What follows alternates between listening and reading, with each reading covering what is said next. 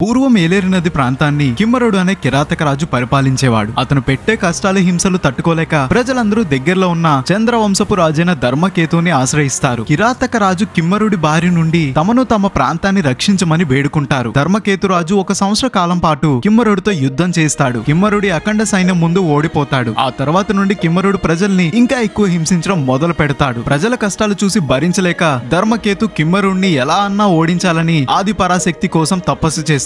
అతని తపస్సుకు మెచ్చిన ఆది పరాశక్తి అమ్మవారు తన అంశాల్లో ఒక అంశాన్ని ధర్మకేతుతో పాటు యుద్ధానికి పంపుతుంది. ఆ అమ్మ సహాయంతో ధర్మకేతు కిమ్మరుణ్ణి సంహరించి ప్రజల్ని కష్టాల నుండి కాపాడుతాడు. ఈ యుద్ధంలో ధర్మకేతుకు సహాయంగా వచ్చిన ఆది పరాశక్తి అంశమే శ్రీ నూకాలమ్మ తల్లి. ఆ తర్వాత ధర్మకేతు ఆ నూకాలమ్మ అమ్మవారిని తన రాజ్యంలో ఉండమని కోరతాడు. పెద్దాపురంకి 9 కిలోమీటర్ల దూరంలో ఉన్న ఈ కాండ్రకోట అనే ఊరు నుండి ధర్మకేతు తన రాజ్యాన్ని పరిపాలించేవాడు. ఈ కాండ్రకోట నూకాలమ్మ అమ్మవారికి 41 రోజుల పాటు మార్చి 28 నుండి మే 11 వరకు ఘనంగా జాతర చేస్తారు. ఇలాంటి మరిన్ని వీడియోస్ కోసం గోదావరి స్టేషన్ ని ఫాలో అవ్వాలి మరి.